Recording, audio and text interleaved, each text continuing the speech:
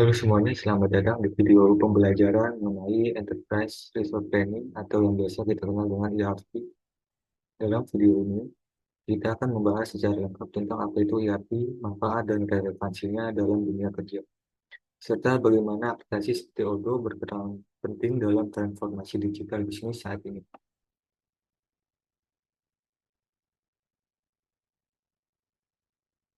Pertama-tama ada pengertian Enterprise Resource Planning. ERP merupakan sebuah struktur sistem informasi yang dirancang untuk mengintegrasikan berbagai fungsi utama dalam sebuah perusahaan.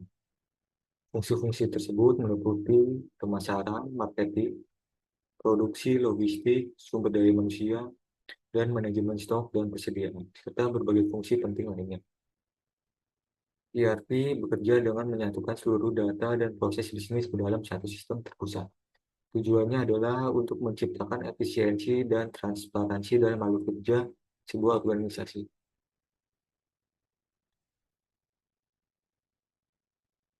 Lalu ada manfaat dan relevansinya. Manfaat dari ERP sendiri, pertama ada integritas data antar divisi. Apa itu integritas data antar divisi? Semua divisi berbagi data yang sama sehingga tidak terjadi inkonsistensi informasi. Lalu kedua ada efisiensi proses. Proses kerja menjadi lebih cepat karena otomatisasi dan standarisasi. Ketiga ada real-time reporting. Data tersedia secara langsung untuk dianalisis dan dilaporkan.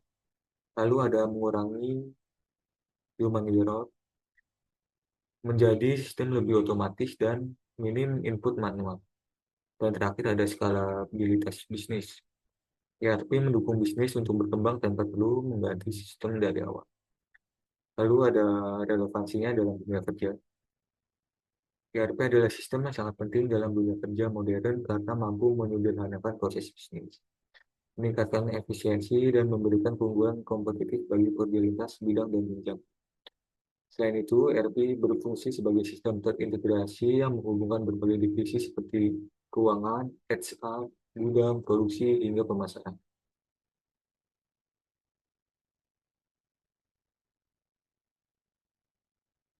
Nah, berikut adalah aplikasi ERP. Ada Oracle NetSuite, Sage Intake, SAP Business One, Infor Cloudsight, Odoo, Microsoft Dynamics, Akumatica, SAP Business by Design, Sage X3, SAP S/4HANA, Oracle, Cisco, TFS, Workday, Priority, dan TAD.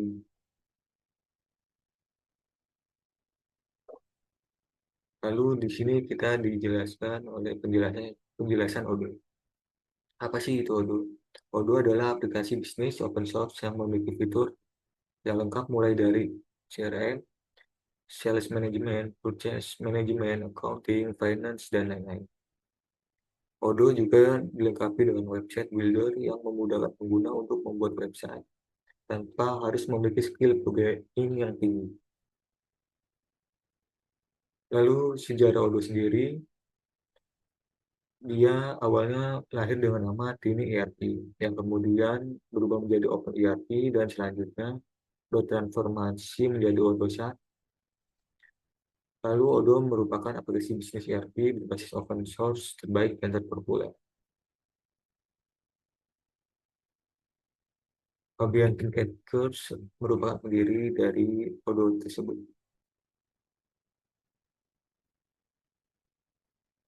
Selanjutnya ada kelebihan Odoo. Yang pertama biayanya rendah, fleksibel, dan consumable. Ketiga ada Ketiga, komunitas besar. Keempat, cocok untuk UMKM hingga enterprise. Kelima, bisa dikembangkan sendiri atau developer friendly. Nah, berikut modul populer yang ada dalam Odoo. Ada sales and CRM, lalu inventory, manufacturing, human resource, accounting, purchase, and website. Selanjutnya, ERP dan manajemen bisnis. ERP bukan sekedar alat bantu, melainkan fondasi masa depan manajemen bisnis modern. Dengan platform seperti Odoo, Implementasi ERP kini menjadi lebih mudah, fleksibel, dan terjangkau bagi berbagai skala usaha. Jangan hanya menjadi pengguna teknologi saja, jadilah pencipta solusi digital yang membawa perubahan yang nyata bagi dunia kerja dan industri. Baik, terakhir kesimpulannya, ERP bukan sekadar software. ERP adalah bagian dari transformasi bisnis modern. Platform seperti Odoo memberikan solusi lengkap dan fleksibel menjawab berbagai tantangan di dunia kerja. Sebagai mahasiswa IT, penguasaan ERP adalah penting untuk masa depan, baik sebagai implementator, konsultan, maupun pengembang.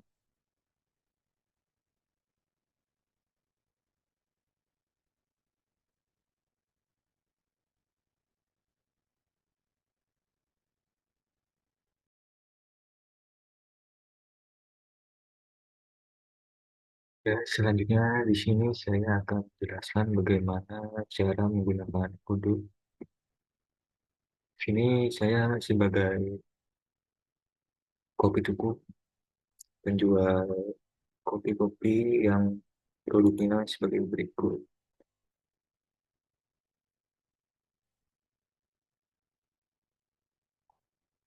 Nah, di toko saya sendiri ada berbagai kopi, yaitu kopi susu tetangga, lalu latte, kopi susu tetangga hot, kopi hitam tetangga, karamel, dan non kopinya ada coklat. Nah, di sini saya menggunakan modul sales, accounting, purchasing, inventory, dan manufacturing. Pertama-tama kita membuat penjualan baru dengan mengklik modul sales, lalu link. Nah, di sini kita masukkan nama customer yang ingin membeli produk kita. Misalnya,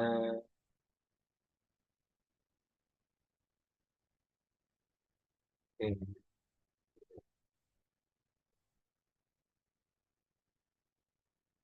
nah di sini kita masukkan produk yang ingin Angel beli. Misalnya es kopi susu tetangga dengan kuantiti 3 misalnya.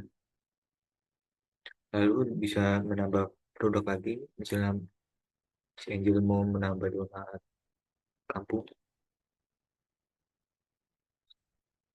Nah, kuantitinya di sini bisa kita masukin mau berapa, 2 atau lebih.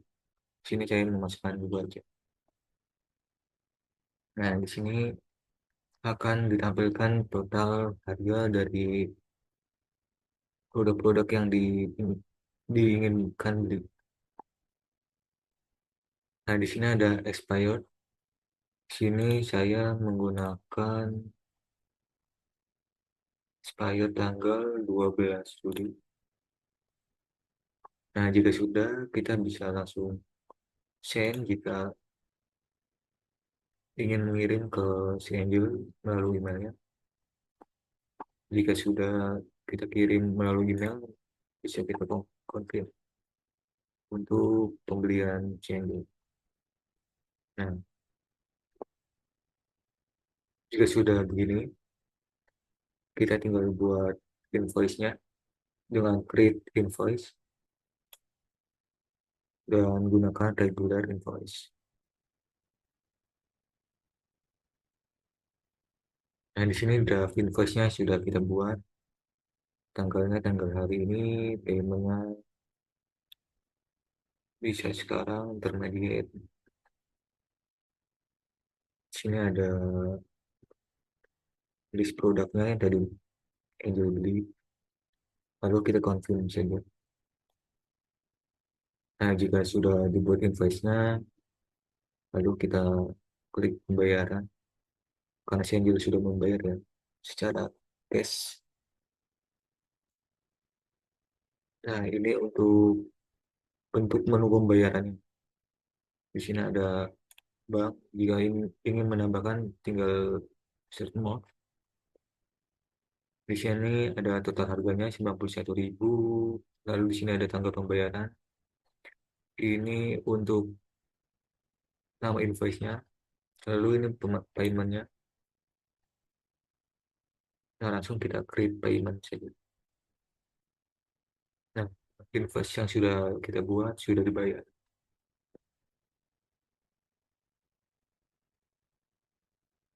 Lalu selanjutnya kita masuk ke modul inventory untuk delivery ordernya. Nah, di sini ada delivery order dari schedule. Kita bisa lihat tadi dia memesan 3 cup es kopi susu tetangga, lalu 2 unit donat kampung. Kita validasi. Nah, selesai untuk pesanan schedule.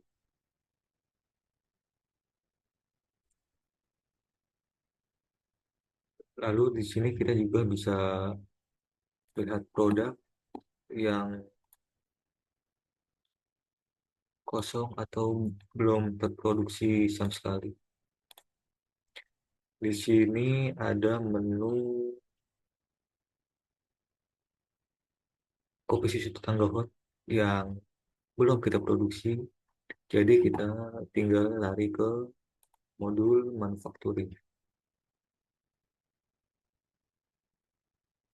Lalu kita bisa new atau kita bisa membuat bill of materialnya dulu karena kopi susu tetangga yang panas ini kita belum membuat bill of materialnya.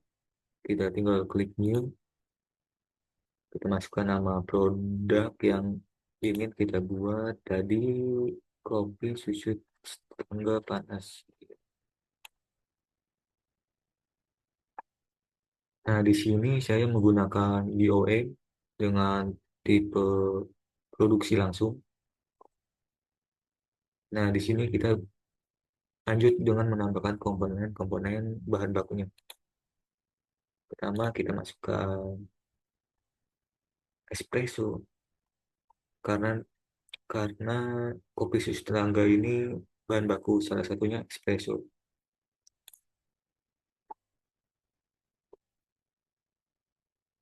dengan kuantitinya 5 ml. Lalu kita tambahkan gula aren dengan kuantiti 3 ml. Lalu kita tambahkan juga creamer, susu, dan ya cuman creamer dan susu tadi. Sini kuantitinya untuk creamer kita tambahkan 4 ml. Lalu untuk susunya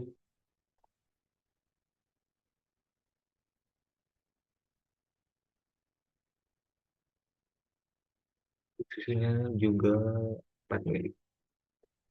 Nah, jika sudah, kita tinggal save untuk bill of material. Nah, untuk bill of material tersebut ini untuk 1 cup. Jadi, jika buat 2 cup, kuantiti dari bahan bakunya ini akan bertambah. Nanti akan dijelaskan di produksi. Oke, untuk bill of materialnya sudah kita simpan. Selanjutnya kita lanjut ke manufacturing buat kopi susu hotnya. Nah, kan tadi kita sudah buat BOM-nya ya. Jika sudah buat BOM-nya, maka dia akan otomatis muncul bahan baku yang akan dibuat atau bahan baku yang ingin digunakan. Di sini ada espresso, gula aren, creamer, dan susu. Nah, misalnya kita ingin membuat 20 cup, maka penggunaan bahan bakunya juga akan bertambah. Misalnya di sini espresso yang tadinya 5 mili menjadi 100 mili, gula aren, creamer, dan susu akan mengikutinya. Ini untuk di sini ada tanggal schedule-nya, tanggal produksi. Jika sudah memasukkan bahan baku atau BOM-nya, tinggal klik confirm untuk pembuatan, lalu start. Nah, jika kita sudah klik start ini, berarti dalam manufacturing atau produksi itu sedang memproduksi. Nah, di sini kita bisa melihat di manufacturing dengan bukti in progress. Nah, jika produksinya sudah selesai semuanya, kita tinggal klik produce out untuk menyelesaikan produksi kopi susu tetangga panas ini. Oke, untuk kopi susu tetangga panas sudah selesai diproduksi. Lalu kita lanjut lihat di inventory apakah dia bertambah atau tidak.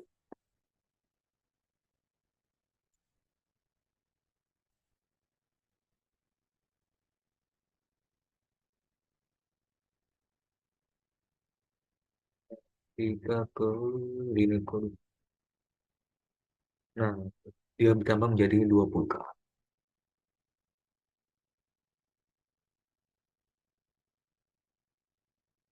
Oke, selanjutnya kita cek produk di bahan baku apakah ada yang kosong. Jika ada yang kosong, kita membeli bahan baku tersebut di purchasing. Kita bisa lihat ke bahan baku terlebih dahulu. Nah, di sini masih ada yang kosong atau belum ada yang kita beli, yaitu biji kopi Robusta. Gimana sih kita mau beli biji kopi Robusta ini? Kita bisa ke modul purchase atau pembelian. Lalu di sini kita bisa klik new order. Nah, di sini vendornya karena saya sudah buat, yaitu Pak Akan, si petani kopi.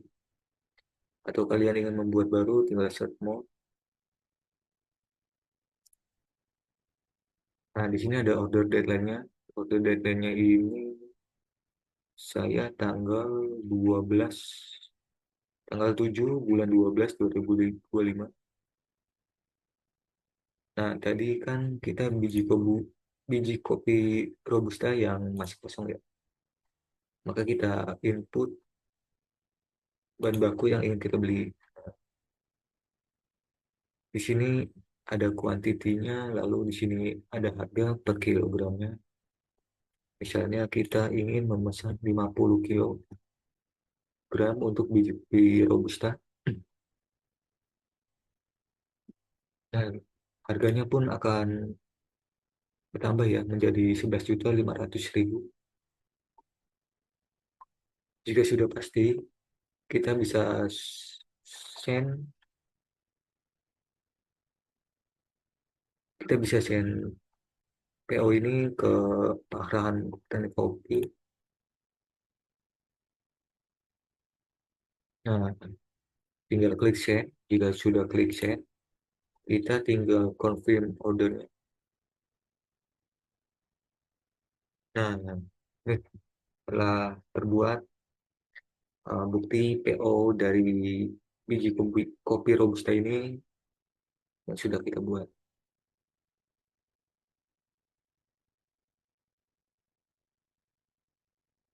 Nah, dari PO tadi juga akan muncul di sini di dalam inventory.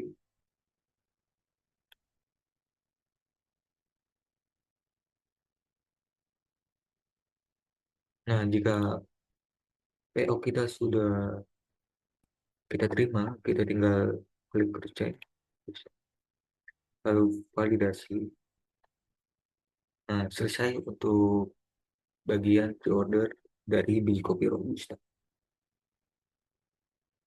Nah, jika sudah kita lihat lagi di produk, apakah dia bertambah atau tidak.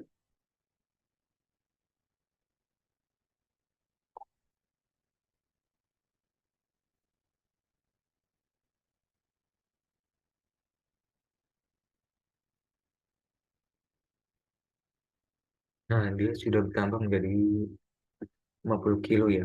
Karena di sini saya menggunakan gram jadi 50.000 gram.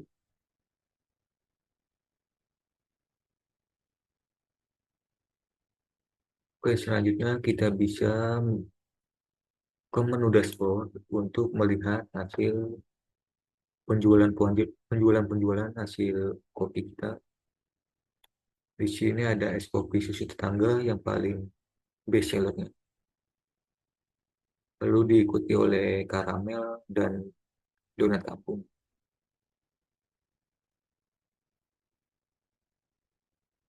Nah, selanjutnya kita masuk ke modul accounting jika kita ingin melihat dari jurnal-jurnal yang hasil dari penjualan kita atau invoice pelanggan yang belum dibayar. Nah, di sini ada salah satu invoice pelanggan yang belum dibayar. Jika kita ingin lihat invoice yang belum dibayar, tinggal masuk aja ke modul accounting, lalu di bagian sales dia akan muncul satu unpaid.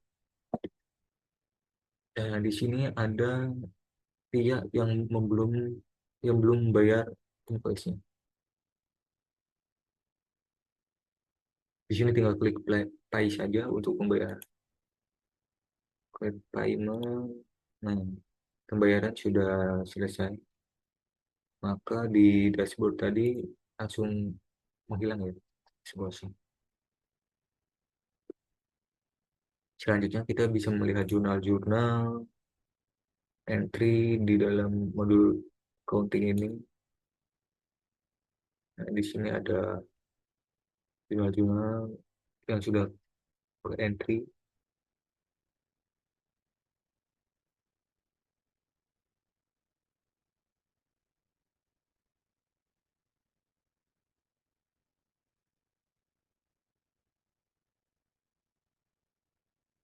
Nah, selanjutnya kita bisa melihat laba dan ruginya di profit and loss di bagian reporting.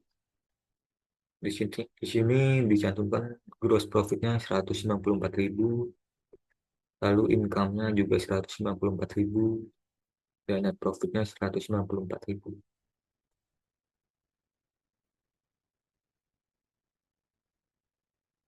Sini juga kita bisa membuat invoice baru ya untuk pelanggan. Tinggal klik new, masukin pelanggannya siapa, produknya apa. Nah, kalau kita ingin melihat COGS, kita bisa masuk ke modul inventory, lalu di bagian reporting, di bagian valuasi. Nah, ini untuk bagian COGS-nya, di mana dari pembelian produk yang kita beli tadi di sini tercantum. Atau bisa ngeliat move history-nya.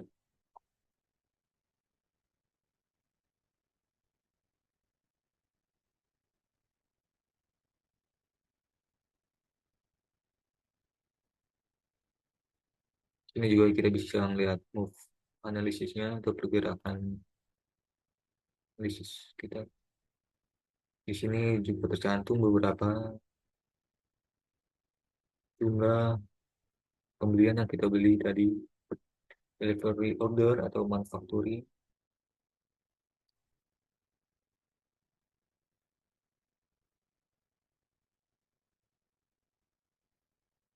Baik, dari saya segitu saja, kurang lebihnya mohon maaf. Wassalamualaikum warahmatullahi wabarakatuh.